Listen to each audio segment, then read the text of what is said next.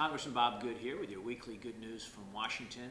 I wanted to update you on some of the things I've been working on legislatively here in D.C. And one of those is I introduced the No Regulation Through Litigation Act, which limits the ability of federal agencies to enter into settle agreements and consent decrees with these non-government entities that sue the federal government to get policy changes, and they're left-leaning organizations that sue, and the Biden administration essentially working with them by settling that lawsuit and implementing the policy that this left-leaning organization wanted them to implement.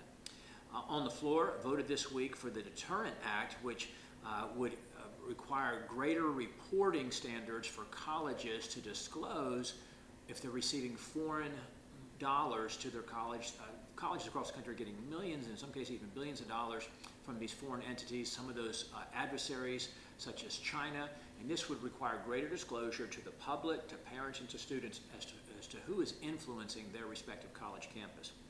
I also voted against Biden's newest income-driven repayment plan, which is essentially another student loan transfer scheme where he's relentlessly trying to force regular Americans, taxpayers, to pay for student loans that they didn't borrow. So voting against that, this latest one is estimated to cost nearly $300 billion.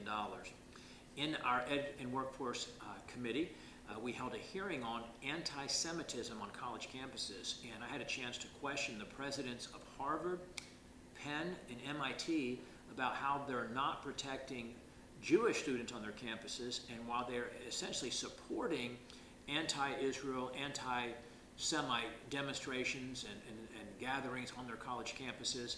And whenever you ask them to address this, they bring up Islamophobia, which, as everyone knows, is not really a problem in this country.